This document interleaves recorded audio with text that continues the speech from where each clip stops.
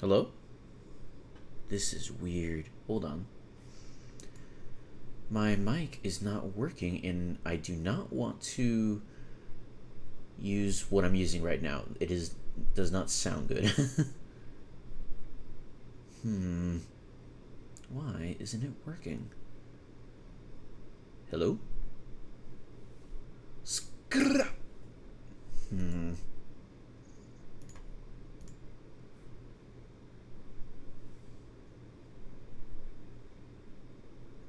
Hmm. What if I do this? Let's try something else.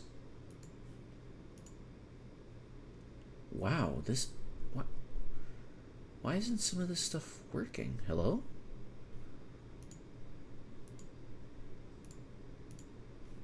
I'm confused. All I want is to read a book. Can stuff work so I can read a book, please?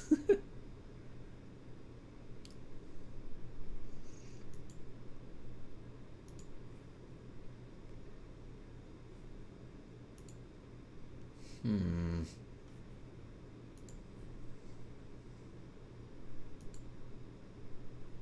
What is that? What's it doing there?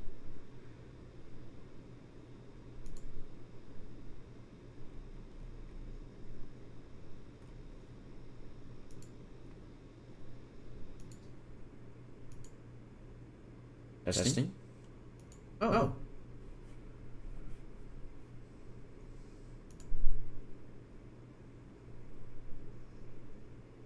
What the? This is very strange. Testing one, two, three. I don't know why that happened, but we are good now. It looks like. Okay. Um.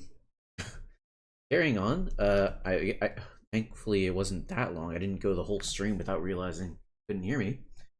But yeah, we are going to start reading The Hobbit again. First of all, hello there. Now we're going to start reading The Hobbit, chapter 6. Out of the frying pan into the fire. Bilbo had escaped the goblins, but he did not know where he was. He had lost he had lost hood, cloak, food, pony, his buttons, and his friends. He wandered on till the sun began to sink westwards, behind the mountains. Their shadows fell across Bilbo's path, and he looked back. Then he looked forward, and could see before him only ridges and slopes falling towards lowlands and plains, glimpsed occasionally between the trees. Good heavens, he exclaimed. I seem to have got right to the other side of the Misty Mountains, right to the edge of the land beyond. Where and oh, where can Gandalf and the dwarves have got to? I only hope to goodness they are not still back there in the power of the goblins. Still he wandered on, out of the little high valley, over its edge, and down the slopes beyond. But all the while a very uncomfortable thought was growing inside him. He wondered whether he ought not, now he had the magic ring, to go back into the horrible, horrible tunnels and look for his friends. He had just made up his mind that it was his duty, that he must turn back, and very miserable he felt about it, when he heard voices. He stopped and listened. It did not sound like goblins, so he crept forward carefully. He was on a stony path winding downwards, with a rocky wall on the left hand. On the other side the ground sloped away, and there were dells below the level of the path, overhung with bushes and low trees. I don't know what dells are. In one of these dells, under the bushes, people were talking. He crept still nearer, and suddenly he saw peering between two big boulders a head with a red hood on. It was Balin doing lookout. He could have clapped and shouted for joy, but he did not. He had still got the ring on, for fear of meeting something unexpected and unpleasant, and he saw that Balin was looking straight at him without noticing him. I will give them all a surprise, he thought, as he crawled into the bushes at the edge of the dell. Gandalf was arguing with the dwarves. They were all discussing all that had happened to them in the tunnels, and wondering and debating what they were to do now. The dwarves were grumbling, and Gandalf was saying that they could not possibly go on with their journey, leaving Mr. Baggins in the hands of the goblins, without trying to find out if he was alive or dead, and without trying to rescue him. "After all, he is my friend," said the wizard, "and not a bad little chap. I feel responsible for him. I wish to goodness you had not lost him." The dwarves wanted to know why he had ever been brought at all, why he could not stick to his friends and come along with them, and why the wizard had not chosen someone with more sense. "He has been more trouble than used to so far." He has been more trouble than use so far," said one. "If we have got to go back now into those abominable tunnels to look for him, then drat him, I say." Gandalf answered angrily, "I brought him, and I don't bring things that are of no use. Either you help me look for him, or I go and leave you here to get out of the mess as best you can yourselves. If we can only find him again, you will thank me before all is over. Whatever did you want to go and drop him for, Dory?"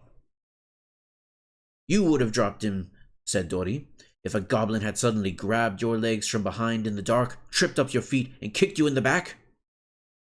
"Then why didn't you pick him up again?" "Good heavens, can you ask? Goblins fighting and biting in the dark, everybody falling over bodies and hitting one another. You nearly chopped off my head with Glamdring, and Thorin was stabbing here, there, and everywhere with Orcrist. All of a sudden you gave one of your blinding flashes, and we saw the goblins running back yelping. You shouted, 'Follow me, everybody,' and everybody ought to have followed. We thought everybody had. There was no time to count, as you know quite well, till we had dashed through the gate guards, out of the lower door, and helter-skelter down here. And here we are, without the burglar. Confiscate him. Excuse me? Confusticate him. Whatever that means. "And here's the burglar," said Bilbo, stepping down in the middle of them and slipping off the ring. Bless me, how they jumped! Then they shouted with surprise and delight. Gandalf was as astonished as any of them, but more so pleased than all the others. He called to Balin and told him what he thought of a lookout man who let people walk right into them like that without a warning. It is a fact that Bilbo's reputation went up a very great deal with the dwarves after this. If they had still doubted that he was really a first-rate burglar, in spite of Gandalf's words, they doubted no longer. Balin was the most puzzled of all, but everyone said it was a very clever bit of work. Indeed, Bilbo was so pleased with their praise that he just chuckled inside and said nothing whatever about the ring, and when they asked him how he did it, he said, "Oh, just crept along, very carefully and quietly." "Well, it is the first time that even a mouse has crept along carefully and quietly under my very nose and not been spotted," said Balin. "And I take off my hood to you," which he did. "Balin, at your service," said he. "Your servant, Mr. Baggins," said Bilbo. Then they wanted to know all about his adventures after they had lost him, and he sat down and told them everything, except about the finding of the ring. Not just now, he thought. They were particularly interested in the riddle competition, and shuddered most appreciatively at his description of Gollum. "And then I couldn't think of any other question with him but sitting beside me," ended Bilbo. "So I said, 'What's in my pocket?' And he couldn't guess in 3 goes, so I said, 'What about your promise? Show me the way out.' But he came at me to kill me, and I ran and fell over, and he missed me in the dark. Then I followed him because I heard him talking to himself. I thought I really knew the way out, he thought I really knew the way out, and so he was making for it. And then he sat down at the entrance, and I could not get by. So I jumped over him and escaped, and ran down to the gate." "What about the guards?" they asked. "Weren't there any?" "Oh, yes, lots of them, but I dodged them. I got stuck in the door, which was only open a crack, and I lost lots of buttons," he said sadly, looking at his torn clothes. "But I squeezed through all right, and here I am."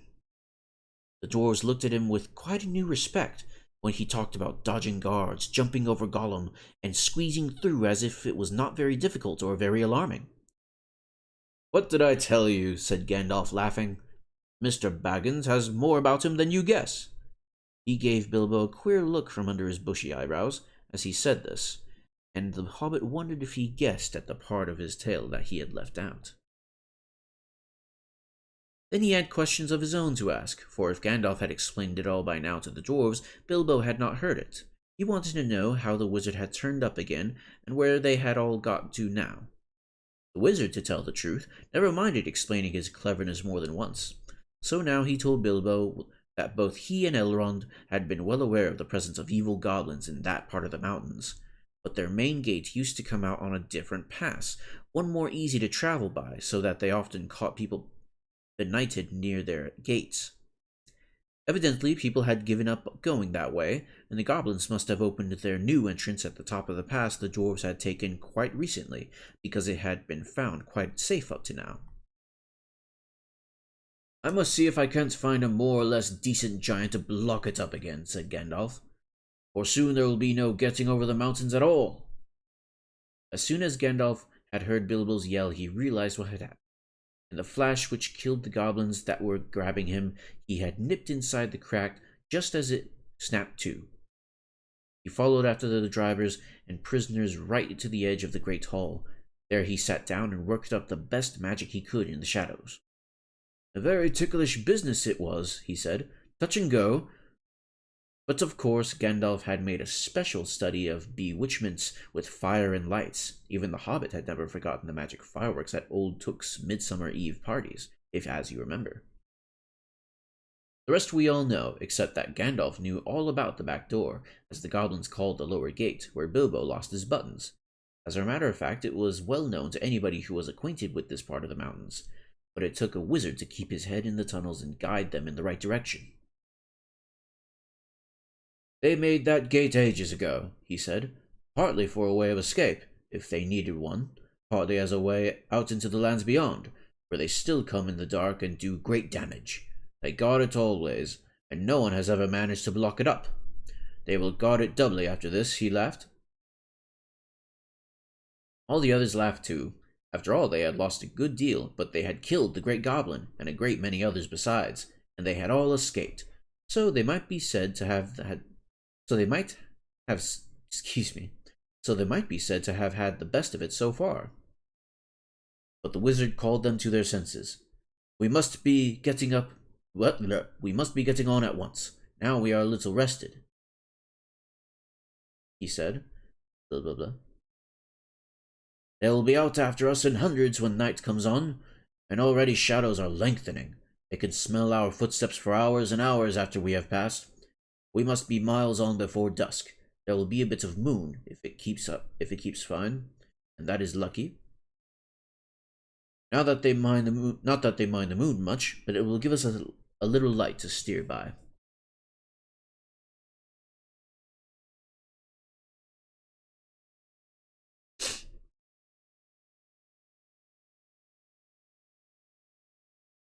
Excuse me, I'm just making sure I'm okay. For a second, I thought I skipped a page. "Oh yes," he said in answer to more questions from the hobbits. "You lose track of time inside goblin tunnels. Today's Thursday, and it was Monday night or Tuesday morning that we were captured. We have gone miles and miles, and come right down through the heart of the mountains, and are now on the other side, quite a shortcut. But we are not at the point to which our pass would have brought us. We are too far to the north, and have some awkward country ahead. And we are still pretty high up. Let's get on." "I'm dreadfully hungry," groaned Bilbo, who was suddenly aware that he had not had a meal since the night before last. Just think of that for a hobbit. His stomach felt all empty and loose, and his legs all wobbly now that the excitement was over. "Can't help it," said Gandalf. "Unless you like to go back and ask goblins nicely to let you have your pony back and your luggage." "No, thank you," said Bilbo. "Very well, then. We must tighten our belts and trudge on, or we shall be made into supper, and that will be much worse than having none ourselves." As they went on, Bilbo looked from side to side for something to eat. The blackberries were still only in flower, and of course there were no nuts, not even hawthorn berries. He nibbled a bit of sorrel maybe, and he drank from the small mountain stream that crossed the path, and he ate 3 wild strawberries that he found on its bank, but it was not much good. They still went on and on. The rough path disappeared, the bushes and the long grasses between the boulders, the patches of rabbit-cropped turf, the thyme and the sage and the marjoram, and the yellow rock roses all vanished, and they found themselves at the top of a wide steep slope of fallen stones, the remains of a landslide. When they began to go down this, the rubbish and small pebbles rolled away from their feet. Soon larger bits of split stone went clattering down, and started other pieces below them slithering and rolling. Then lumps of rocks were disturbed, and bounded off, crashing down with a dust and a noise. For along the whole slope above them and below them seemed on the move. They were sliding away, huddled all together in a fearful confusion of slipping, rattling, cracking slabs and stones. It was the trees at the bottom that saved them. They slid into the edge of a climbing wood of pines that here stood right up the mountain slope from the deeper, darker forest of the valleys below. Some caught hold of the trunks and swung themselves into lower branches. Some, like the little hobbit, got behind a tree to shelter from the onslaught of the rocks. Soon the danger was over. The slide had stopped, and the last faint crashes could be heard as the largest of the disturbed stones went bounding and spinning among the bracken and pine roots far below. "Well, that has got us on a bit," said Gandalf, "and even goblins tracking us will have a job to come down here quietly." "I dare say," grumbled Bombur. "They won't find it difficult to send stones bouncing down on our heads." The dwarves and Bilbo were feeling far from happy, and were rubbing their bruised and damaged legs and feet. "Nonsense. We are going to turn aside here out of the path of the slide. We must be quick. Look at the light." The sun had long gone behind the mountains. Already the shadows were deepening about them, though far away through the trees and over the black tops of those growing lower down, they could still see the evening lights on the plains beyond. They limped along now as fast as they were able down the gentle slopes of a pine forest, in a slanting path leading steadily southwards. At times they were pushing through a sea of bracken with tall fronds rising right above the hobbit's head. At times they were marching along quiet as quiet over a floor of pine needles. All the while the forest gloom got heavier and the forest silence deeper. There was no wind that evening to bring even a sea sighing into the branch of the trees. "Must we go any further?" asked Bilbo, when it was so dark that he could only just see Thorin's beard wagging beside him, and so quiet he could hear the dwarves breathing like a loud noise. "My toes are all bruised and bent, and my legs ache, and my stomach is wagging like an empty sack." "A bit further," said Gandalf. After what seemed ages further, they came suddenly to an opening where no trees grew. The moon was up and was shining into the clearing. Somehow it struck all of them as not at all a nice place, although there was nothing wrong to see. All of a sudden they heard a howl away down a hill, a long shuddering howl. It was answered by another, away to the right, and a good deal nearer to them, then by another not far away to the left. It was wolves, howling at the moon, wolves gathering together. There were no wolves living near Mr. Baggin's hole at home, but he knew that noise. He had had it described to him often enough in tales. One of his elder cousins on the Took side, who had been a great traveler, used to imitate it to frighten him. Hear it out in the forest under the moon was too much for Bilbo. Even magic rings are not much use against wolves, especially against the evil packs that lived under the shadow of the goblin-infested mountains, over the edge of the wild on the borders of the unknown. Wolves of that sort smell keener than goblins, and do not need to see you to catch you. "What shall we do? What shall we do?" he cried. "Escaping goblins to be caught by wolves," he said, and it became a proverb, though we now say out of the frying pan and into the fire, in the same sort of uncomfortable situations. "Up the trees, quick!" cried Gandalf, and they ran to the trees at the edge of the glade, hunting for those that had branches fairly low or were slender enough to swarm up. They found them as quick as they could, you can guess, and up they went as high as ever they could trust the branches.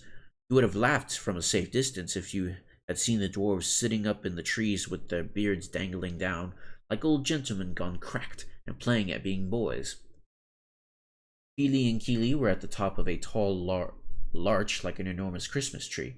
Dori, Nori, Ori, Oin, and Gloin were more comfortable in a huge pine with regular branches sticking out at intervals like the spokes of a wheel. Bifor, Bofor, Bombor, and Thorin were in another. Dwalin and Balin had swarmed up a tall, slender fir with few branches and were trying to find a place to sit in the greenery of the topmost boughs. Gandalf, who was a good deal taller than the others, had found a tree into which they could not climb. A large pine standing at the very edge of the glade. He was quite hidden in its boughs, but you could see his eyes gleaming in the moon as he peeped out. And Bilbo? He could not get into any tree, and was scuttling about from trunk to trunk like a rabbit that had lost its hole and has a dog after it. "You've left the burglar behind again," said Nori to Dori, looking down. I can't be always carrying burglars on my back," said Dori. "Down tunnels and up trees. What do you think I am, a porter?" "He'll be eaten if we don't do anything," said Thorin, for there were howls all around them now, getting nearer and nearer. "Dori," he called, for Dori was lowest down in the easiest tree. "Be quick, and give Mr. Baggins a hand up." Dori was really a decent fellow in spite of his grumbling. Poor Bilbo could not reach his hand even when he climbed down to the bottom branch and hung his arm down as far as ever he could. So Dori actually climbed out of the tree and let Bilbo scramble up and stand on his back. Just at that moment, the wolves trotted, howling, into the clearing. All of a sudden, there were hundreds of eyes looking at them. Still, Dori did not let Bilbo down. He waited till he had clambered off his shoulders into the branches, and then he jumped for the branches themselves, only just in time. A wolf snapped at his cloak as he swung up, and nearly got him. In a minute, there was a whole pack of them, yelping all around the tree and leaping up at the trunk, with eyes blazing and tongues hanging out. But even the wild wargs, for so the evil wolves over the edge of the wild were named, cannot climb trees. For a time they were safe. Luckily it was warm and not windy. Trees are not very comfortable to sit in for long at any time, but in the cold and the wind, with wolves all around below waiting for you, they can be perfectly miserable places. This glade in the ring of trees was evidently a meeting place for the wolves. More and more kept coming in. They left guards at the foot of the tree in which Dori and Bilbo were, and then went snuffing about till they had smelt out every tree that had anyone in it. These were guarded too, while all the rest, hundreds and hundreds it seemed, went and sat in a great circle in the glade, and in the middle of the circle was a great grey wolf. He spoke to them in the dreadful language of the wargs.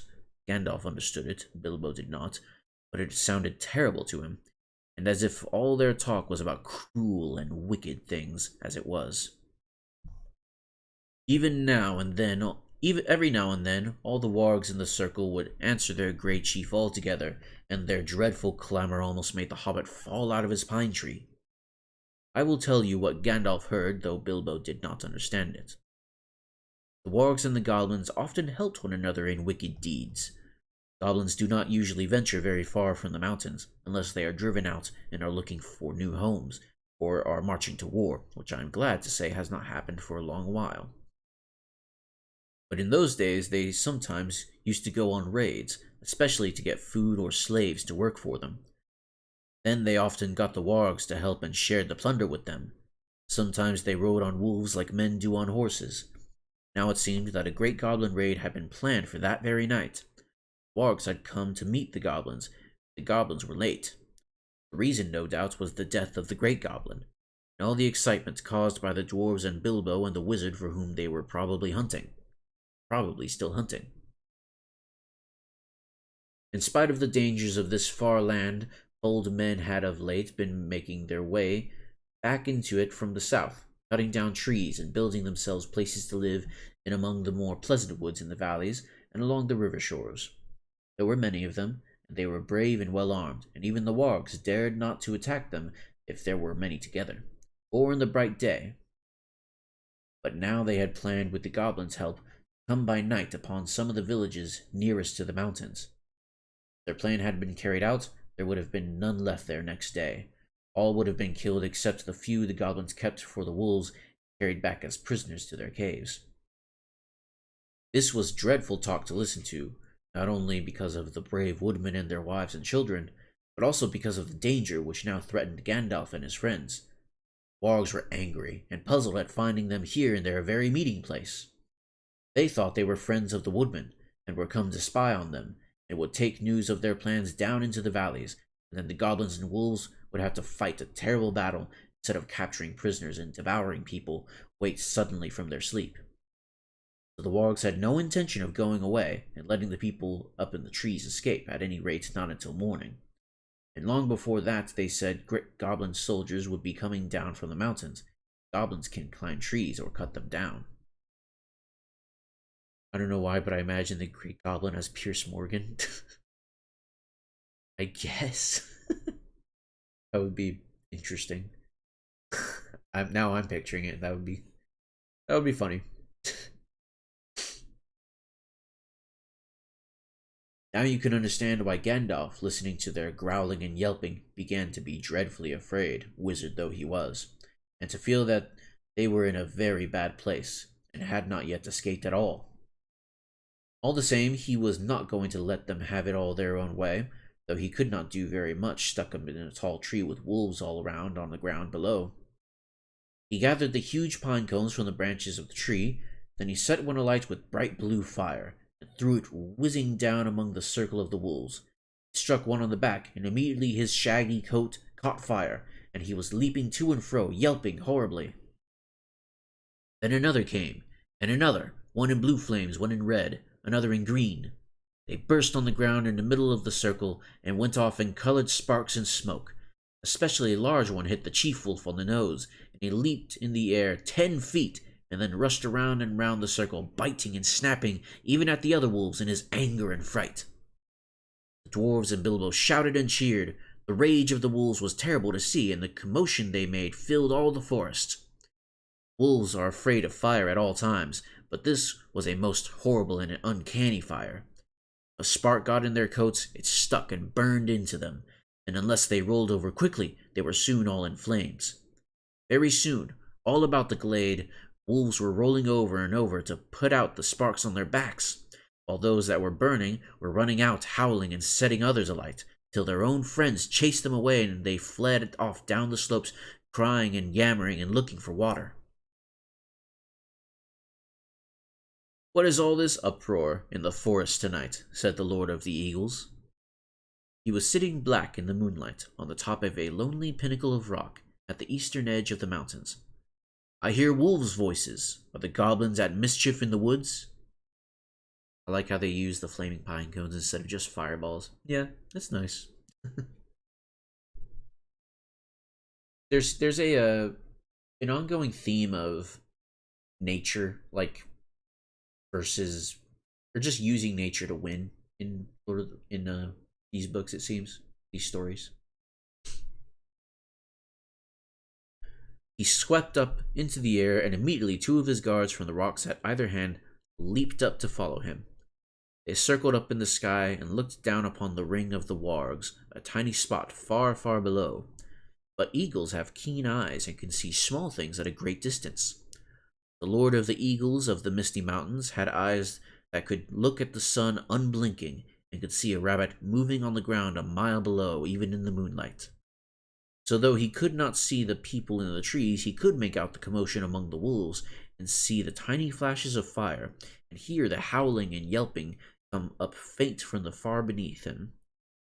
Also he could see the glint of the moon on goblin spears and helmets as long lines of the wicked folk crept down the hillsides from their gate and wound into the wood. Eagles are not kindly birds. Some are cowardly and cruel. The ancient race of the northern mountains were the greatest of all birds. They were proud and strong and noble-hearted. They did not love goblins or fear them. When they took any notice of them at all, which was seldom, for they did not eat such creatures, they swooped on them and drove them shrieking back into their caves, and stopped whatever wickedness they were doing. Goblins hated the eagles and feared them, but could not reach their lofty seats or drive them from the mountains. Tonight the Lord of the Eagles was filled with curiosity to know what was afoot, so he summoned many other eagles to him, and they flew away from the mountains and slowly circling ever round and round, they came down, down, down, toward the ring of the wolves, the meeting place of the goblins. A very good thing, too. Dreadful things had been going on down there. The wolves that had caught fire and fled into the forest had set it alight in several places. It was high summer, and on this eastern side of the mountains there had been little rain for some time. Yellowing bracken, fallen branches, deep-piled pine needles, and here and there dead trees were soon in flames. All round the clearing of the warwick's fire was leaping. But the wolf guards did not leave the trees. Maddened and angry, they were leaping and howling round the trunks and cursing the dwarves in their horrible language, with their tongues hanging out and their eyes shining as red and fierce as the flames. Then suddenly, goblins came running up, yelling. They thought a battle with the woodmen was going on, but they soon learned what had really happened. Some of them actually sat down and laughed. Others waved their spears and clashed the shaft against their shields. Goblins are not afraid of fire, and they soon had a plan which seemed to them most amusing. Some got all the wolves together in a pack, some stacked fern and brushwood along round the tree trunks, others rushed round and stamped and beat and stamped until nearly all the flames were put out. They did not put out the fire nearest to the trees where the dwarves were. That fire they fed with leaves and dead branches and bracken. Soon they had a ring of smoke and flame all around the dwarves, a ring which they kept from spreading outwards, but it closed slowly in, till the running fire was licking the fuel piled under the trees. Smoke was in Bilbo's eyes. He could feel the heat of the flames, and through the reek he could see the goblins dancing round and round in a circle, like people round a midsummer bonfire. Outside the ring of dancing warriors with spears and axes stood the wolves at a respectful distance, watching and waiting. He could hear the goblins beginning a horrible song. 15 birds in 5-foot trees, their feathers were fanned in a fiery breeze. But funny little birds, they had no wings. Oh, what shall we do with the funny little things? Roast them alive or stew them in a pot, fry 'em, boil 'em, and eat them hot? And then they stopped and shouted out, "Fly away, little birds, fly away if you can. Come down, little birds, or you will get roasted in your nests. Sing, sing, little birds, why don't you sing?" "Go away, little boys," shouted Gandalf in answer.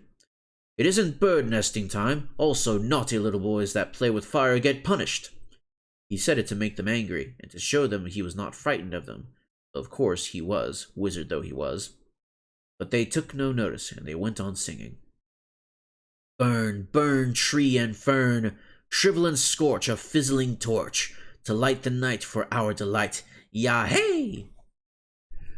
Bake and toast 'em, and fry 'em and roast 'em, till beards blaze and eyes glaze, till hair smells and skins crack, for fat melts and bones black in cinders lie beneath the sky. So dwarves shall die, and light the night for our delight. Yah-hey! Yah-haddy-hey! Yahoo! And with that Yahoo, the flames were under Gandalf's tree. In a moment it spread to the others. The bark caught fire, and the lower branches cracked. Then Gandalf climbed to the top of the tree. The sudden splendor flashed from his wand like lightning, as he got ready to spring down from on high, right among the spears of the goblins. That would have been the end of him, though he would have probably killed many of them as he came down, hurtling like a thunderbolt. But he never leaped. Just at that moment, the Lord of the Eagles swept down from above, seized him with his talons, and was gone. There was a howl of anger and surprise from the goblins. Loud cried the Lord of the Eagles, to whom Gandalf had now spoken. Back swept the great birds that were with him, and down they came like huge black shadows. The wolves yammered and gnashed their teeth. The goblins yelled and stamped with rage, and flung their heavy spears in the air in vain. Over them swooped the eagles. The dark rush of their beating wings smote them to the floor or drove them far away. Their talons tore at goblins' faces. Other birds flew to the treetops and seized the dwarves, who were scrambling up now as far as they ever dared to go. Poor little Bilbo was nearly left behind again. He just managed to catch hold of the Doty's legs, as Doty was borne off last of all. And up they went together, above the tumult and the burning. Bilbo swinging in the air with his arms nearly breaking. Now far below, the goblins and the wolves were scattering far and wide in the woods. A few eagles were still circling and sweeping above the battleground. The flames about the trees sprang suddenly up above the highest branches. They went up in crackling fire. There was a sudden flurry of sparks and smoke. Bilbo had escaped only just in time. Soon the light of the burning was faint below, a red twinkle on the black floor. They were high up in the sky, rising all the time in strong, sweeping circles. Bilbo never forgot that flight, clinging onto Doherty's ankles. He moaned, "My arms, my arms!" But Doherty groaned, "My poor legs, my poor legs!" At the best of times, heights made Bilbo giddy. He used to turn queer if he looked over the edge of quite a little cliff. He had never liked ladders, let alone trees, never having had to escape from wolves before. So you can imagine how his head swam now when he looked down between his dangling toes and saw the dark lands opening wide underneath him. Touched here and there with the light of the moon on a hillside rock or a stream in the plains. The pale peaks of the mountains were coming nearer, moonlit spikes of rock sticking out of black shadows. Summer or not, it seemed very cold. He shut his eyes and wondered if he could hold on any longer. Then he imagined what would happen if he did not. He felt sick. Flight ended only just in time for him, just before his arms gave way. He loosed Doherty's ankles with a gasp and fell onto the rough platform of an eagle's eyrie. There he lay without speaking, and his thoughts were a mixture of surprise at being saved from the fire and fear lest he fall off that narrow place into the deep shadows on the either side. He was feeling very queer indeed in his head by this time, after the dreadful adventures of the last 3 days with next to nothing to eat, and he found himself saying aloud, "Now I know what a piece of bacon feels like when it is suddenly picked out of the pan on a fork and put back on the shelf." Good to see you, David. Thank you so much for dropping by. Hope to see you again soon. "No, you don't," he heard Doherty answering, "because the bacon knows that he will get back in the pan sooner or later, and it is to be hoped we shan't. Also, eagles aren't forks." "Oh no, not a bit like forks, I mean," said Bilbo, sitting up and looking anxiously at the eagle who was perched close by. He wondered what other nonsense he had been saying, and if the eagle would think it rude. You ought not to be rude to an eagle when you are only the size of a hobbit, and are up in his eyrie at night. The eagle only sharpened his beak on a stone and trimmed his feathers and took no notice. Soon another eagle flew up. "The Lord of the Eagles bids you to bring your prisoners to the great shelf," he cried, and was off again. The others seized Doherty in his claws and flew away with him into the night, leaving Bilbo all alone. He had just strength to wonder what the messenger had meant by prisoners, and to begin to think of being torn up for supper like a rabbit, when his own turn came. The eagle came back, seized him in his talons by the back of his coat, and swooped off. This time he flew only a short way. Very soon Bilbo was laid down, trembling with fear, on a wide shelf of rock on the mountain side. There was no path down onto it save by flying, no path down off it except by jumping over a precipice. There he found all the others sitting with their backs to the mountain wall. The Lord of the Eagles was also there, and it was speaking to Gandalf. It seemed that Bilbo was not going to be eaten after all.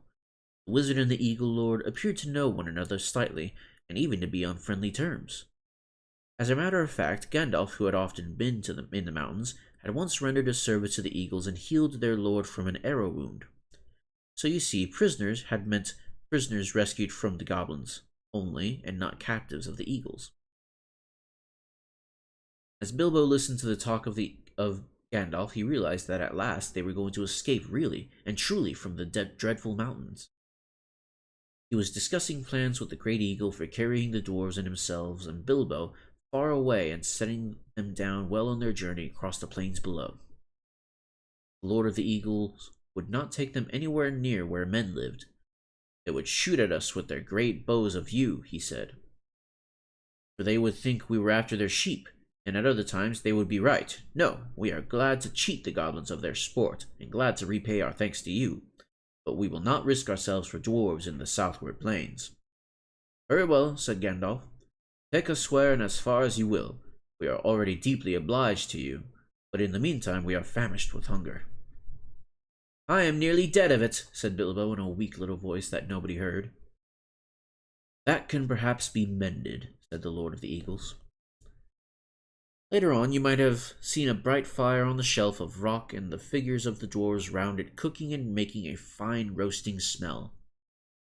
The eagles had brought up dry boughs for fuel, and they had brought rabbits, hares, and a small sheep. The dwarves managed all the preparations. Bilbo was too weak to help, and anyway he was not much good at skinning rabbits or cutting up meat, being used to having it delivered by the butcher all ready to cook. Gandalf too was lying down after doing his part in setting the fire going, since Oin and Gloin had lost their tinderboxes. Dwarves have never taken to matches even yet. So ended the adventures of the Misty Mountains. Soon Bilbo's stomach was feeling full and comfortable again, and he felt he could sleep contentedly.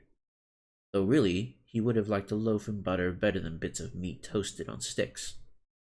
He slept curled up on the hard rock more soundly than ever he had done on his feather bed in his own little hole at home. But all night he dreamed of his own house, and wandered in his sleep into all his different rooms looking for something he could not find nor remember what it looked like. And that's the end of that chapter. I think we can read another one, so I'm just going to go ahead and go. Chapter 7. Queer Lodgings. The next morning, Bilbo woke up with the early sun in his eyes. He jumped up to look at the time and to go and put his kettle on, and found he was not home at all. So he sat down and wished in vain for a wash and a brush. He did not get either, nor tea, nor toast, nor bacon for his breakfast, only cold mutton and a rabbit. And after that, he had to get ready for a fresh start. This time he was allowed to climb onto an eagle's back and cling between his wings. The air rushed over him, and he shut his eyes. Dwarves were crying farewells and promising to repay the Lord of the Eagles if ever they could, as off rose 15 great birds from the mountain's side. The sun was still close to the eastern edge of things. The morning was cool, and mists were in the valleys and hollows and twined here and there about the peaks of the pinnacles of the hills. Bilbo opened an eye to peep and saw that the birds were already high up, and the world was far away, and the mountains were falling back behind them into the distance. He shut his eyes again and held on tighter. "Don't pinch," said the eagle. "You need not be frightened like a rabbit, even if you look rather like one. It is a fair morning with a little wind. What is finer than flying?" Bilbo would have liked to say a warm bath and late breakfast on the lawn afterwards, but he thought it better to say nothing at all, and to let go his clutch just a tiny bit.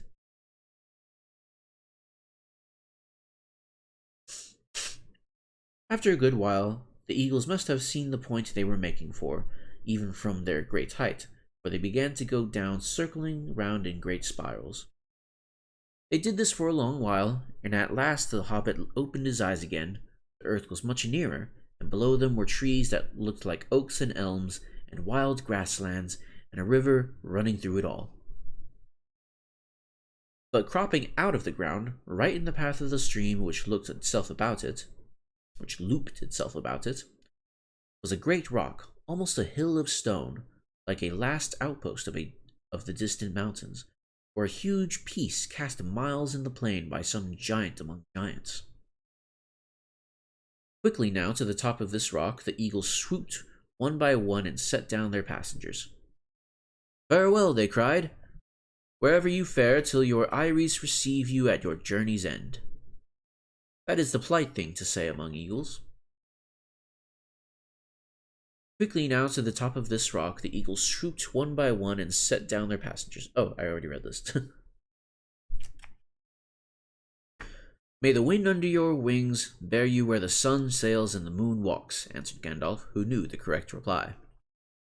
And so they parted. And though the Lord of Eagles became, in the after days, the King of all birds, and wore a golden crown, and his 15 chieftains golden collars, made of the gold that the dwarves gave them, Bilbo never saw them again, except high and far off in the battle of 5 armies. But as that comes in the end of this tale, we will say no more about it just now. Why would he spoil that? Like, there's going to be a battle of the 5 armies. Why would you? Okay.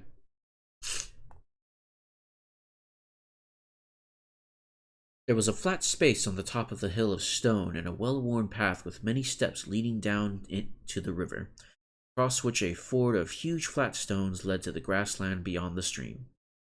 There was a little cave, a wholesome one with a pebbly floor, at the foot of the steps and near the end of the stony ford. Here the party gathered and discussed what was to be done. "I always meant to see you all safe if possible over the mountains," said the wizard, "and now by good management and good luck I have done it. Indeed, we are now a good deal further east than I ever meant to come with you, for after all this is not my adventure. I may look in on it again before it is all over, but in the meanwhile I have some other pressing business to attend to." The dwarves groaned and looked most distressed. Bilbo wept. They had begun to think Gandalf was going to come all the way, and would always be there to help them out of difficulties. "I'm not going to disappear this very instant," said he. "I can give you a day or 2 more. Probably I can help you out of your present plight. And I need a little help myself. We have no food and no baggage, and no ponies to ride, and you don't know where you are. Now I can tell you that you are still some miles north of the path which we should have been following, if we had not left the mountain pass in a hurry. Very few people live in these parts, unless they have come here since I was last down this way, which is some years ago. But there is somebody that I know of, who lives not far away. That somebody made the steps on the great rock, a Korok, I believe he calls it. He does not come here often, certainly not in the daytime, and it is no good waiting for him. In fact, it would be very dangerous. We must go and find him, and if all goes well at our meeting, I think I shall be off and wish you all, like the eagles, farewell wherever you fare." They begged him not to leave them. They offered him dragon gold and silver and jewels, but he would not change his mind. We shall see, said he. "And I think I have earned already some of your dragon gold when you've got it." After that they stopped pleading. Then they took off their clothes and bathed in the river, which was shallow and clear and stony at the ford.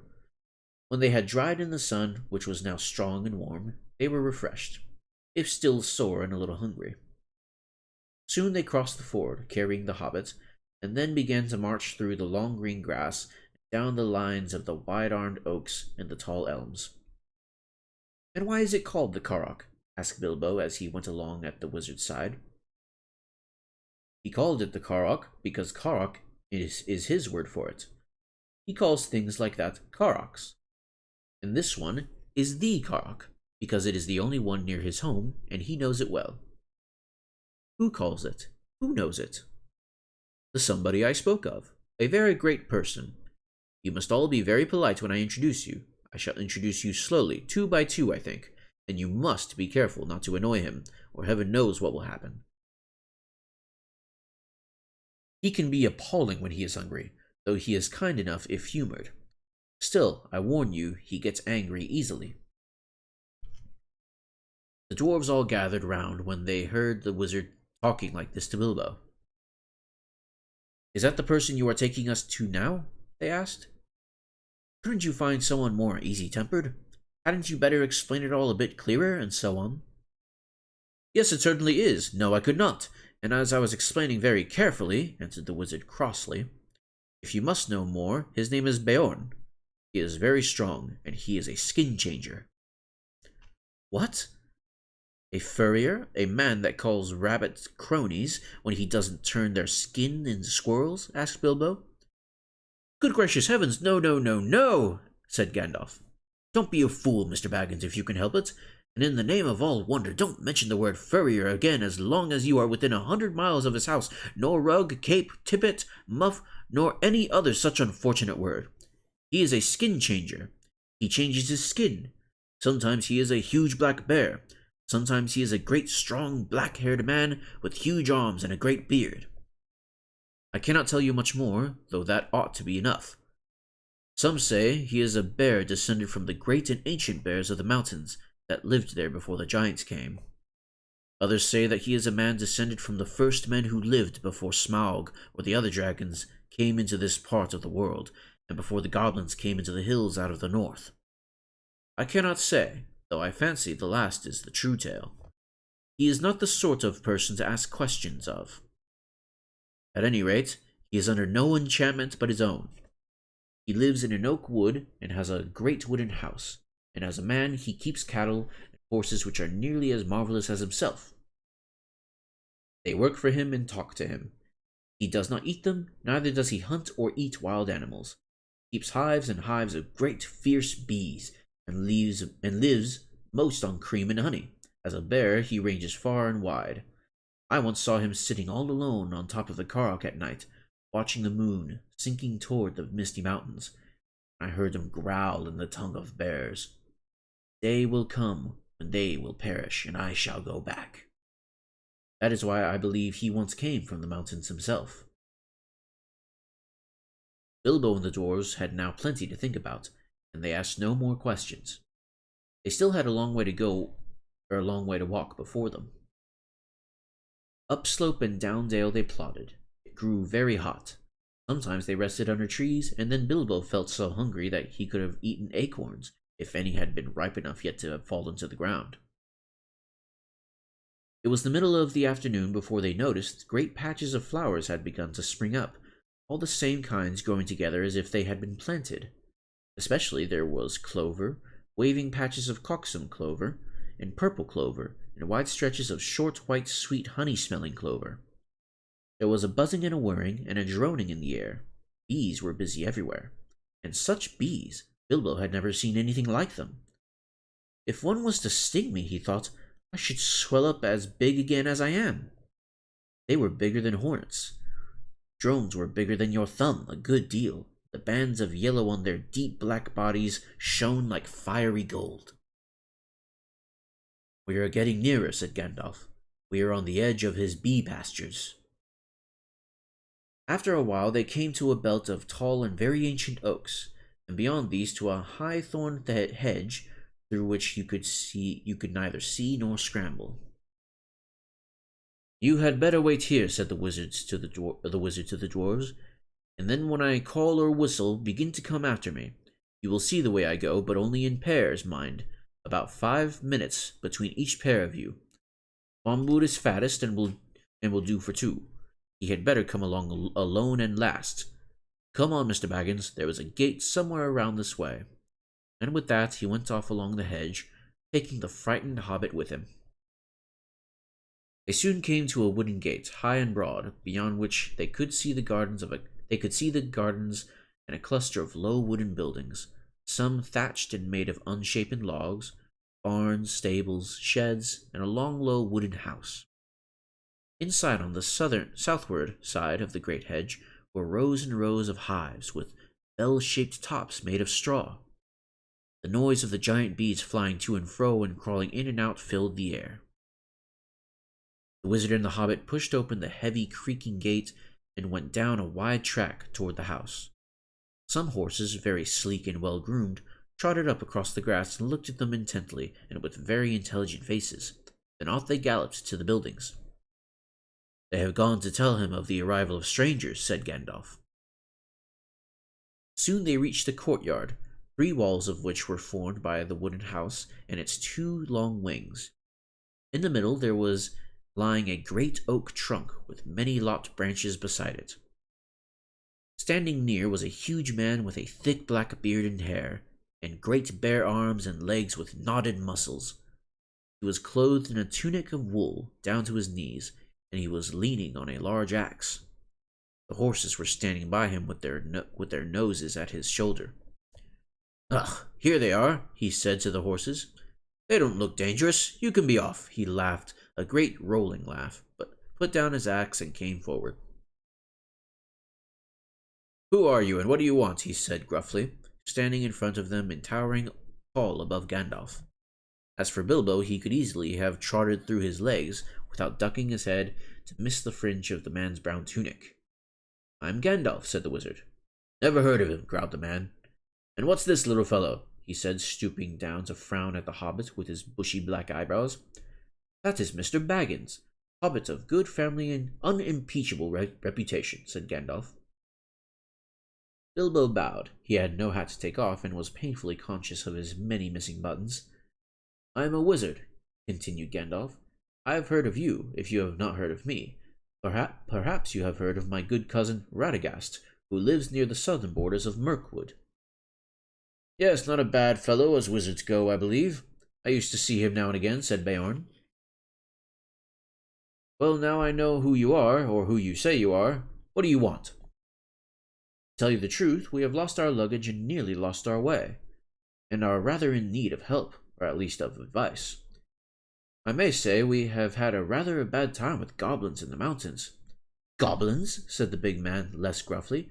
Oh ho, oh ho, so you've been having trouble with them, have you? What did you go near them for? We did not mean to. They surprised us at night in a pass which we had to cross. We were coming out of the lands over west into these countries. It is a long tale. Then you had better come inside and tell me some of it. If it won't take all day, said the man, leading the way through a dark door that opened out of the courtyard into the house. Following him, they found themselves in a wide hall with fireplace in the middle. Though it was summer, there was a wood fire burning and smoke was rising to the blackened rafters in search of the way out through an opening in the roof. They passed through this dim hall, lit only by the fire and the hole above it, and came through another smaller door to a sort of veranda propped on wooden posts made of single tree trunks. It faced south and was still warm and filled with the light of the westering sun, which slanted into it and fell golden on the garden full of flowers that came right up to the steps.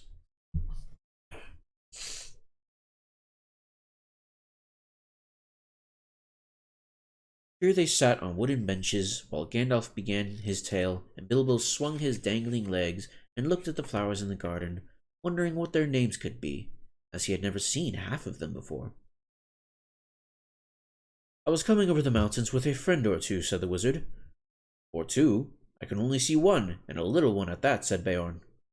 Well, to tell you the truth, I did not like to bother you with the lot of us until I found out if you were busy. I will give a call if I may. Go on, call away. So Gandalf gave a long, shrill whistle, and presently Thorin and Dori came around the house by the garden path and stood bowing long before them. 1 or 3 you meant, I see, said Beorn. But these aren't hobbits, these are dwarves.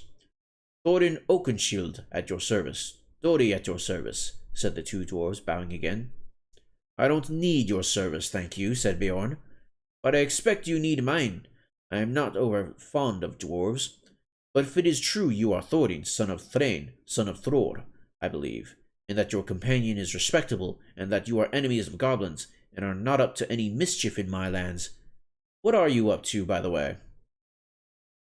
They are on their way to visit the land of their fathers, away east beyond Mirkwood, put in Gandalf, and it is entirely an accident that we are in your lands at all. We were crossing by the high pass that should have brought us to the road that lies to the south of your country, when we were attacked by the evil goblins, as I was about to tell you. Go on telling then, said Beorn, who was never very polite. There was a terrible storm. The stone giants were out hurling rocks, and at the head of the pass we took refuge in a cave, and the hobbit and I and several of our companions. Do you call 2 several? Well, no, as a matter of fact, there were many more than 2. Where are they? Killed? Eaten? Gone home? Well, no, they don't seem all to have come when I've whistled. Shy, I expect. You see, we are very much afraid that we are rather a lot for you to entertain. Go on, whistle again. I am in for a party, it seems, and 1 or 2 more won't make much of a difference, growled Beorn. Gandalf whistled again, but Nori and Ori were there almost before he had stopped, for if you remember, Gandalf had told them to come in pairs every 5 minutes. "Hello," said Beorn. "You came pretty quick. Where were you hiding? Come on, my jack-in-the-boxes." "Naughty at your service, Ordy at—" they began, but Beorn interrupted them. "Thank you. When I want your help, I will ask for it. Sit down and let's get on with this tale, or it will be supper time before it is ended." As soon as we were asleep, went on Gandalf, a crack at the back of the cave opened. Goblins came out and grabbed the hobbit and the dwarves and our troop of ponies. Troop of ponies? What were you, a traveling circus? Or were you carrying lots of goods? Or do you always call 6 a troop? "Oh no, as a matter of fact, there were more than 6 ponies, for there were more than 6 of us. And well, here are 2 more." At the moment, Balin and Dwalin appeared and bowed so low that their beards swept the stone floor. The big man was frowning at first, but they did their best to be frightfully polite, and kept on nodding and bending, and bowing and waving their hoods before their knees in proper dwarf fashion, till he stopped frowning and burst into a chuckling laugh. They looked so comical. "Troop was right," he said. "A fine comic one. Come in, my merry men. And what are your names? I don't want your service just now, only your names, and then sit down and stop wagging." "Balin and Dwalin," they said, not daring to be offended, and sat flop on the floor, looking rather surprised. "Now go on again," said Beorn to the wizard. "Where was I? Oh yes, I was not grabbed. I killed a goblin or 2 with a flash." "Good," said Beorn. "It is some good being a wizard, then." And slipped inside the crack before it was closed. I followed down into the main hall, which was crowded with goblins. The great goblin was there with 30 or 40 armed guards. I thought to myself, even if they were not all chained together, what can a dozen do against so many? "A dozen? That's the first time I've heard 8 called a dozen. Or have you still got some more jacks that I haven't yet come out of their boxes?" "Well, yes, there seem to be a couple more here now. Fili and Kili, I believe," said Gandalf. And these two now appeared and stood smiling and bowing. "That's enough," said Beorn. "Sit down and be quiet. Now go on, Gandalf." So Gandalf went on with the tale until he came to the fight in the dark, and the discovery of the lower gates, and their horror when they found that Mr. Baggins had been mislaid. We counted ourselves and found that there was no hobbit. There were only 14 of us left. 14? That's the first time I've heard one from 10 leave 14. You mean 9, or else you haven't told me yet all the names of your party. Well, of course, you haven't seen Oin and Gloin yet, and bless me, here they are. I hope you will forgive them for bothering you. Oh, let 'em all come, hurry up. Come along, you two, and sit down, but look here, Gandalf. Even now we have only got yourself and 10 dwarves and a hobbit that was lost. That only makes 11, plus 1 mislaid, and not 14, unless wizards count differently to other people. But now, please get on with this tale." Beorn did not show it more than he could help, but really he had begun to get very interested. You see, in the old days, he had known the very part of the mountains that Gandalf was describing. He nodded and he growled when he heard that the hobbits' reappearance and of their scramble down the stone slide and of the wolf ring in the woods. When Gandalf came to their climbing into trees with the wolves all underneath, he got up and strode about and muttered, "I wish I had been there. I would have given them more than fireworks." "Well," said Gandalf, very glad to see that his tale was making a good impression, "I did the best I could. There we were, with the wolves going mad underneath us, and the forest beginning to blaze in places, when the goblins came down from the hills and discovered us. They yelled with delight and sang songs, making fun of us. 15 birds and 5 fir trees." "Good heavens!" growled Beorn. "Don't pretend that goblins can't count. They can. 12 isn't 15, and they know it." "And so do I. There were Beerfoot and Bullfoot as well. I haven't ventured to introduce them before, but here they are." In came Beeffoot and Bullfoot. "And me," gasped Bombard, puffing up behind. He was fat and also angry at being left till last. He refused to wait 5 minutes and followed immediately after the other 2. "Well, now there are 15 of you, and since goblins can count, I suppose that is all that were up in the trees. Now perhaps we can finish the story without any more interruptions." Mr. Baggins saw then how clever Gandalf had been. The interruptions had really made Beorn more interested in the story. The story had kept him from sending the dwarves off at once like suspicious beggars. Excuse me. He never invited people into his house, if he could help it. He had very few friends, and they lived a good ways away, and he never invited more than a couple of these to his house at a time. Now he had got 15 strangers sitting in his porch. By the time the wizard had finished his tale and had told of the eagle's rescue and of how they had all been brought into the Karok, the sun had fallen behind the peaks of the misty mountains, and the shadows were long in Beorn's garden. "A very good tale," said he. "The best I have heard for a long while. If all beggars could tell such a good one, they might find me kinder. You may be making it all up, of course, but you deserve a supper for the story all the same. Let's have something to eat." "Yes, please," they all said together. "Thank you very much." Inside the hall it was now quite dark. Beorn had clapped his hands, and in trotted 4 beautiful white ponies and several large long-bodied grey dogs. Beorn was something to them in a queer Beorn said something to them in a queer language like animal noises turned into talk. They went out again and soon came back carrying torches in their mouths, which they lit at the fire and struck in low brackets at the pillars of the hall about the central hearth. The dogs could stand on their hind legs when they wished, and carry things with their forefeet. Quickly they got out boards and trestles at the side walls and set them up near the fire. Then ba ba ba was heard, and in came some snow-white sheep, led by a large coal-black ram. One bore a white cloth embroidered at the edges with figures of animals. Others bore on their broad backs trays with bowls and platters and knives and wooden spoons, which the dogs took quickly and laid on the trestle tables. These were very low enough even for Bilbo to sit at comfortably. Beside them, a pony pushed two low-seated benches with wide rush bottoms and little short thick legs for Gandalf and Thorin, while at the far end he put Beorn's big black chair of the same sort, in which he sat with his great legs stuck far out under the table.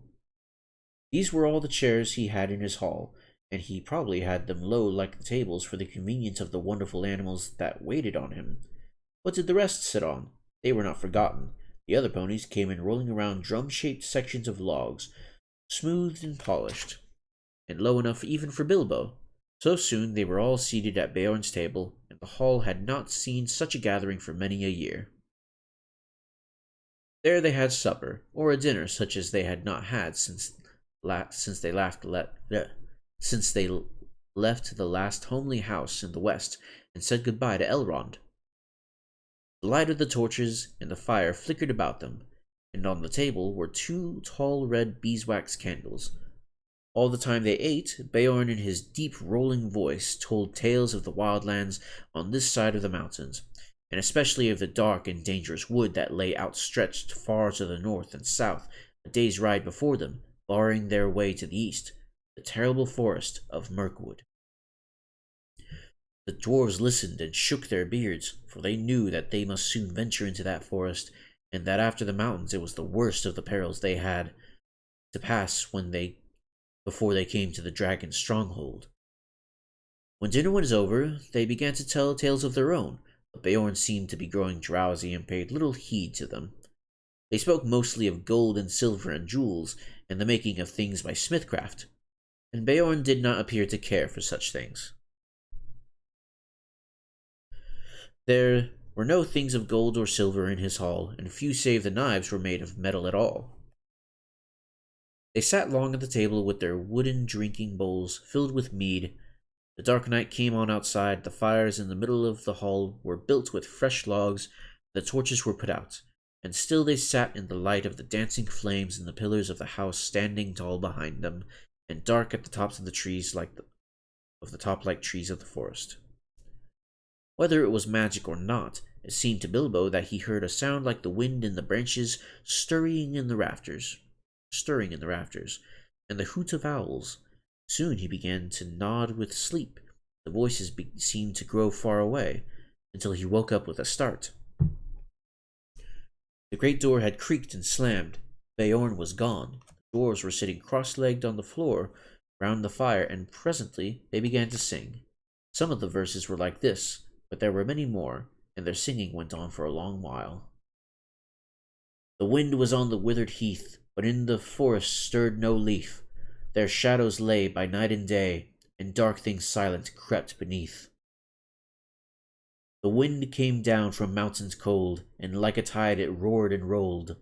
The branches groaned, the forest moaned, and leaves were laid upon the mould.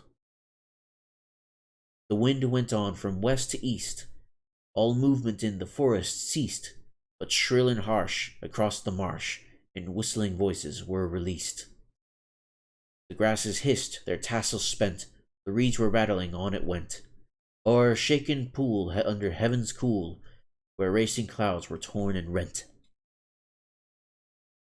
It passed the lonely mountain bare, and swept above the dragon's lair.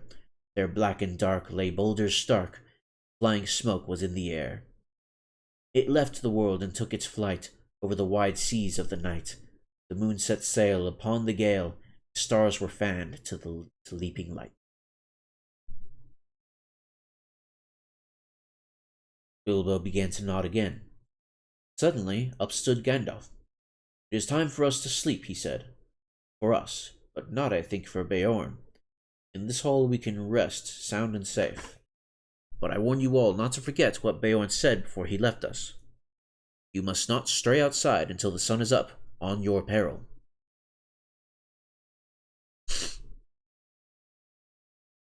Bilbo found that beds had already been laid at the side of the hall, on a sort of raised platform between the pillars and the outer wall.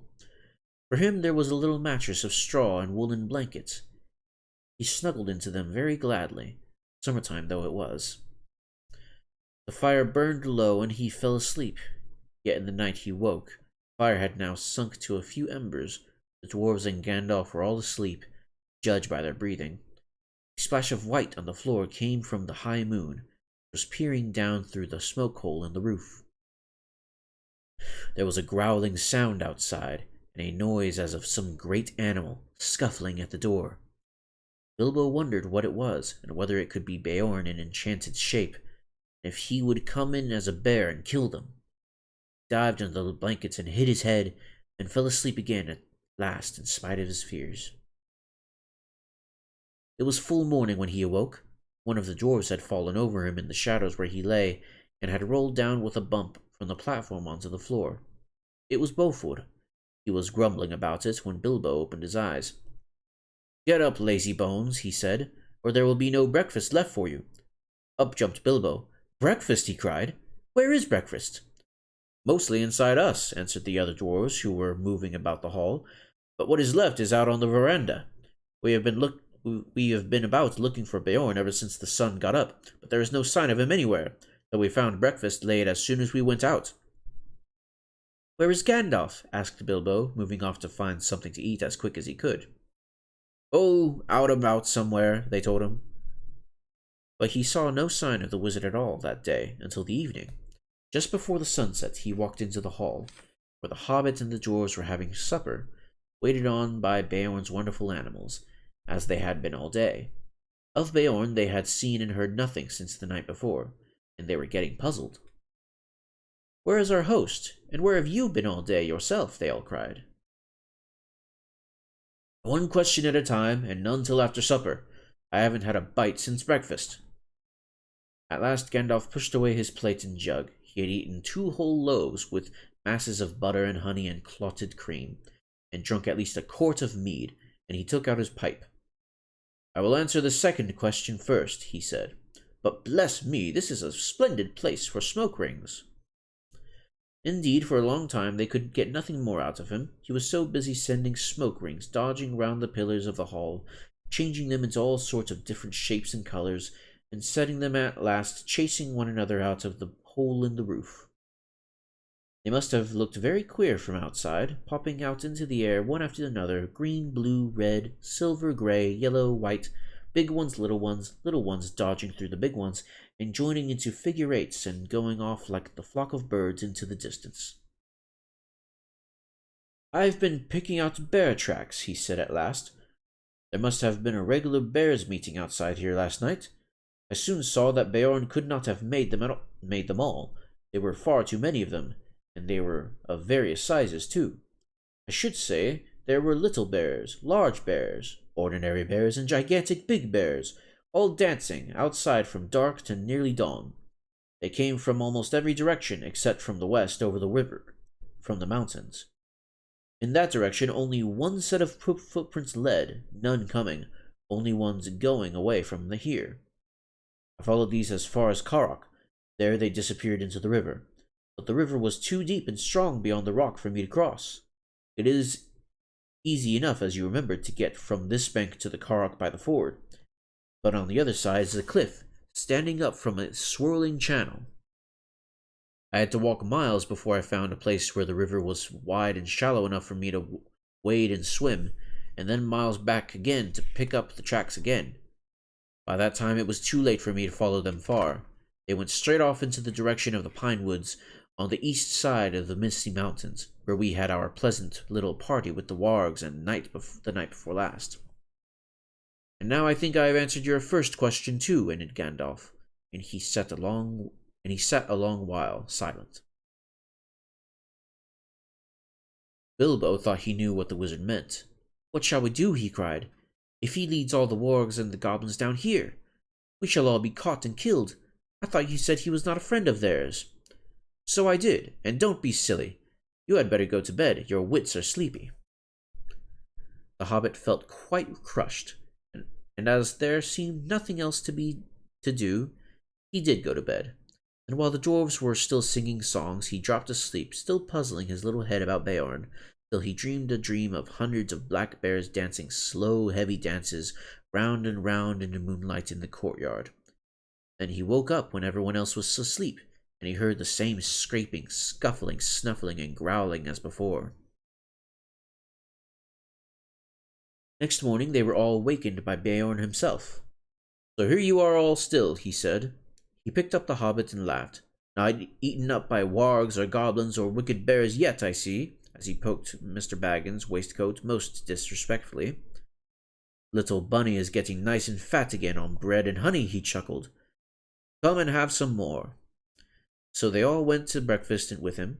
Beorn was most jolly for a change. Indeed, he seemed to be in a splendidly good humor, and set them all laughing with his funny stories, nor did they have to wonder long where he had been, or why he was so nice to them, for he told them himself. He had been over to the river, right back up to the mountains, from which you can guess that he could travel quickly, in bear's shape at any rate. From the burnt wolf glade, he had soon found out that part of their story was true, but he had found more than that. He had caught a warg and a goblin wandering in the woods. From these he had got news. The goblin patrols were still hunting the wargs for the dwarves, and they were fiercely angry because of the death of the great goblin, and also because of the burning of the chief wolf's nose, and the death from the wizard's fire of many of his chief servants. So much they told him when he forced them, but he guessed there was more wickedness than this afoot, and that a great raid of the whole goblin army with their wolf allies into the lands shadowed by the mountains might soon be made to find the dwarves, or to take vengeance on the men and creatures that lived there, and who they thought must be sheltering them. "It was a good story, that of yours," said Beorn, but I like it still better now. I am sure it is true." "You must forgive my not taking your word. If you lived near the edge of Mirkwood, you would take the word of no one that you did not know as well as your brother or better. As it is, I can only say that I have hurried home as fast as I could to see that you were safe, and to offer you any help that I can. I shall think more kindly of dwarves after this. Killed the great goblin, he chuckled fiercely to himself. "What do you do with the goblin and the warg?" asked Bilbo suddenly. "Come and see," said Beorn, and they followed round the house. The goblin's head was struck outside the gate, and a warg's skin was nailed to the tree just beyond. Beorn was a fierce enemy, but now he was their friend, and Gandalf thought it was wise to tell him their whole story and the reason of their journey, so that they could get the most help he could offer. This is what he promised to do for them. He would provide ponies for each of them, and a horse for Gandalf, for their journey to the forest, and he would lade them with food to last them for weeks with care, and packed so as to be as easy as possible to carry. nuts, flour, sealed jars of dried fruit, and red earthenware pots of honey, and twice-baked cakes that would keep good for a long time, and on a little of which they could march far. What the? That's a weird sentence. Cakes that would keep for a long time, and on a little of which they could march far. Okay. The making of these was one of his secrets, but honey was in them, and as in most of his foods, and they were good to eat, though they made one thirsty. Water, he said, they would not need to carry this side of the forest, for there were streams and springs along the road, but your way through Mirkwood is dark, dangerous, and difficult. Water is not easy to find there, nor food. The time is not yet come for nuts, though it may be past and gone indeed before you get to the other side. The nuts are about all that grows there fit for the food. In there the wild things are dark, queer, and savage. I will provide you with skins for carrying water, and I will give you some bows and arrows, but I doubt very much whether anything you find in Mirkwood will be wholesome to eat or to drink. There is one stream there, I know, black and strong, which crosses the path. That you should neither drink of nor bathe in, for I have heard that it carries enchantment, a great drowsiness and forgetfulness. And in the dim shadows of that place, I don't think you will shoot anything, wholesome or unwholesome, without straying from the path. That you must not do for any reason. Excuse me, let me read that again so that it's understood. And in the dim shadows of that place, I don't think you will shoot anything wholesome or unwholesome, without straying from the path. That you must not do for any reason. That is all the advice I can give you. Beyond the edge of the forest, I cannot help you much. You must depend on your luck and your courage and the food I send with you. At the gates of the forest, I must ask you to send back my horse and my ponies. But I wish you all speed, and my house is open to you if ever you come back this way again. They thanked him, of course, with many bows and sweeping of their hoods, and with many an at your service, O master of this wide wooden halls. But their spirits sank at his grave words, and they all felt that the adventure was far more dangerous than they had thought, while all the time, even if they passed all the perils on the road, the dragon was waiting at the end. All that morning they were busy with preparation. Soon after midday they ate with Beorn for the last time, and after the meal they mounted the steeds he was lending them, and bidding him many farewells they rode off through his gate at a good pace. As soon as they left his high hedges at the east of his fenced lands, they turned north, and then bore to the northwest. By his advice, they were no longer making for the main forest road to the south of his land. Had they followed the pass, their path would have led them down a stream from the mountains that joined the great river miles south of the Karok. At that point, there was a deep ford which they might have passed. If they had still had their ponies, and beyond that, a track led to the skirts of the wood and to the entrance of the old forest road. But Beorn had warned them that that way was now often used by the goblins, while the forest road itself, he had heard, was overgrown and disused at the eastern end, and led to impassable marshes where the paths had long been lost. Its eastern opening had also always been far to the north of the lonely mountain, and would have left them still with a long and difficult northward march when they got to the other side. North of the Karok, the edge of Mirkwood drew closer to the borders of the great river, and through here the mountains drew down nearer. Beorn advised them to take this way, for at a place a few days' ride due north of the Karok was the gate of a little-known pathway through Mirkwood that led almost straight toward the lonely mountain. The goblins, Beorn had said, will not dare to cross the great river for 100 miles north of the Karok, nor to come near my house. It is well protected at night. But I should ride fast, for if they make their raid soon, they will cross the river to the south and scour all the edge of the forest so as to cut you off, and wargs run swifter than ponies. Still, you are safer going north, even though you seem to be going back nearer to their strongholds. For that is what they will least expect, and they will have to have the longer ride to catch you. Be off now, and quick as you may. That is why they were now riding in silence, galloping wherever the ground was grassy and smooth, with the mountains dark on their left, and in the distance the line of the river, with its trees drawing ever closer. The sun had only just turned west when they started, and till evening it lay golden on the land behind them, or about them. It was difficult to think of pursuing goblins behind, and when they had put many miles between them and Beorn's house, they began to talk and to sing again, and to forget about the dark forest path that lay in front. But in the evening, when the dust came on, the peaks of the mountains lowered against the sunset, they made a camp and set a guard, and most of them slept uneasily with dreams in which there came the howling of hunting wolves and the crying of goblins. Still, the next morning dawned bright and fair again, and there was an autumn-like mist white upon the ground. The air was chill, but soon the sun rose red in the east, and the mists vanished. And while the shadows were still long, they were off again. So they rode now for 2 more days, and all the while they saw nothing save grass and flowers and birds and scattered trees, occasionally small herds of red deer browsing or sitting at noon in the shade. Sometimes Bilbo saw the horns of the harts sticking up out of the long grass, and at first he thought they were the dead branches of trees. That third evening they were so eager to press on, for Beorn had said that they should reach the forest gate early on the 4th day, that they rode still forward after dusk and into the night beneath the moon.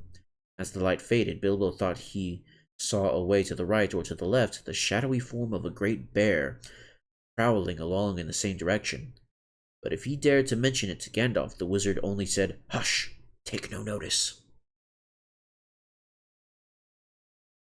Next day they started before dawn, though their night had been short. As soon as it was light, they could see the forest coming as it were to meet them, or waiting for them like a black and frowning wall before them. The land began to slope up and up, and it seemed to the hobbit that silence began to draw upon them. Birds began to sing less. There were no more deer. Not even rabbits were to be seen.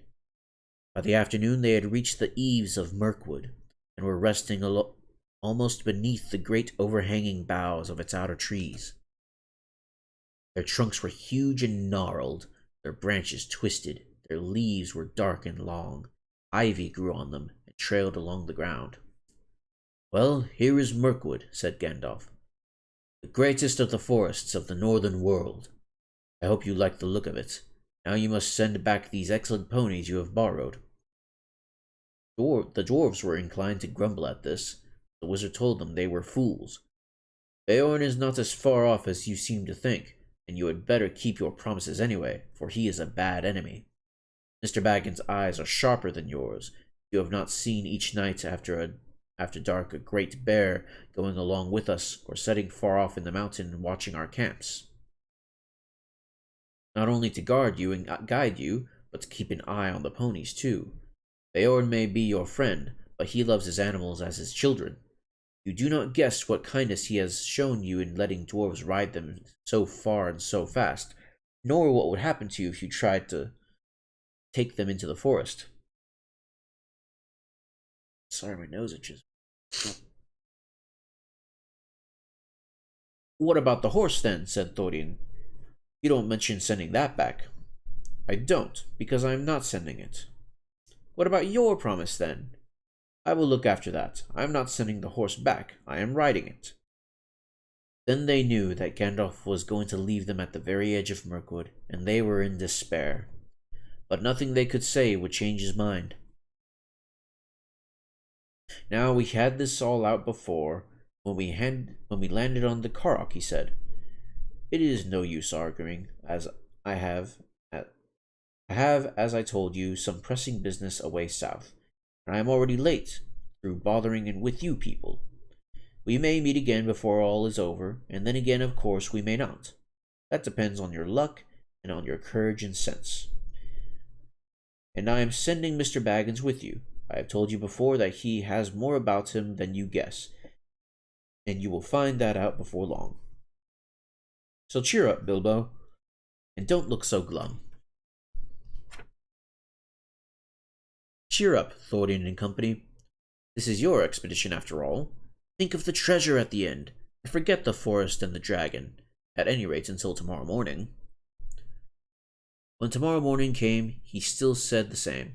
So now there was nothing left to do but to fill their water skins at a clear spring they found close to the forest gate and unpack the ponies. They distributed the packages as fairly as they could, though Bilbo thought his lot was wearisomely heavy, and did not at all like the idea of trudging for miles and miles with all that on his back. "Don't you worry," said Thorin. "It will get lighter all too soon before long. I expect we shall all wish our packs heavier when the food begins to run short." Then at last they said goodbye to their ponies and turned their heads for home. Off they trotted gaily, seeming very glad to put their tails toward the shadows of Mirkwood. As they went away, Bilbo could have sworn that a thing like a bear left the shadow of the trees and shambled off quickly after them. Now Gandalf too said farewell. Bilbo sat on the ground feeling very unhappy and wishing he was beside the wizard on his tall horse. He had gone just inside the forest after breakfast, a very poor one, and it had seemed as dark in there in the morning as at night, and very secret, a sort of watching and waiting feeling, he said to himself. "Goodbye," said Gandalf to Thorin, "and goodbye to you all. Goodbye. Straight through the forest is your way now. Don't stray off the track. If you do, it is 1,000 to 1 you will never find it again, and never get out of Mirkwood, and then I don't suppose I, or anyone else, will ever see you again." "Do we really have to go through?" groaned the hobbit. "Yes, you do," said the wizard. "If you want to get to the other side, you must either go through or give up on your quest. And I am not going to allow you to go back now. Mr. Baggins, I am ashamed of you for thinking of it. You have got to look after all these dwarves for me," he laughed. "No, no," said Bilbo. "I didn't mean that. I meant, is there no way around?" "There is, if you care to go 200 miles or so out of your way north and twice that south. But you wouldn't get a safe path even then. There are no safe paths in this part of the world. Remember, you are over the edge of the wild now, and in all sorts of fun wherever you go. Before you could get round Mirkwood in the north, you would be right among the slopes of the Grey Mountains. They were simply stiff with goblins, hobgoblins, and orcs of the worst description. Before you could get round it in the south, you would get into the land of the necromancer, and even you, Bilbo, won't need me to tell you the tales of that black sorcerer. I don't advise you to go anywhere near the places overlooked by his dark tower. Stick to the forest track, keep your spirits up, hope for the best, and with a tremendous slice of luck, you may come out one day and see the long marshes lying below you, and beyond them, high in the east, the lonely mountains where dear old Smaug lives, though I hope he is not expecting you." "Very comforting you are, to be sure," growled Thorin. "Goodbye. If you won't come with us, you had better get off without any more talk." "Goodbye, then, and really goodbye," said Gandalf, and he turned his horse and rode down into the west. But he could not resist the temptation to have the last word. Before he passed quite out of hearing, he turned and put his hands in his mouth and called to them. They heard his voice come faintly. "Goodbye, be good, take care of yourselves, and don't leave the path." Then he galloped away and was soon lost to sight. "Oh, goodbye and go away," grunted the dwarves, all the more angry because they were really filled with dismay at losing him. Now began the most dangerous part of all the journey. They each shouldered the heavy pack and the waterskin which was their share, and turned from the light that lay on the lands outside and plunged into the forest. And that is the end of Chapter 7. Whew. I don't think I was prepared to read this much tonight. Whew,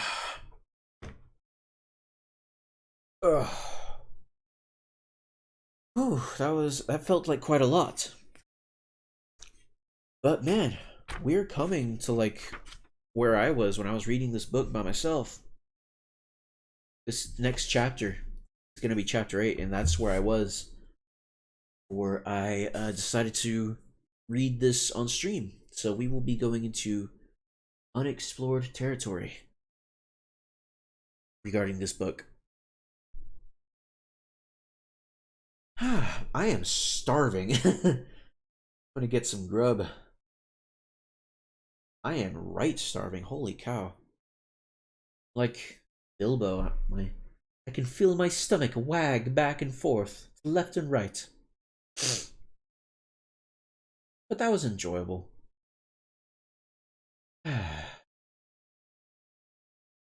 I'm glad that I was able to read that.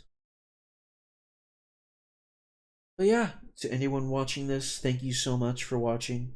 I really appreciate anyone who watches these. I hope you enjoy it. I hope that you like the story, and I hope that I'm able to deliver it in a satisfying way. Or at least I hope it's relaxing in some way. But anyway, there's not much to say after these chapters. I really like them. To be honest, not much happened in these chapters. They escaped from the mountains with the eagles. We got some lore about the eagles, like we found out that they exist, what they are, like I guess their motivations and their attitudes toward the world. And we met Beorn.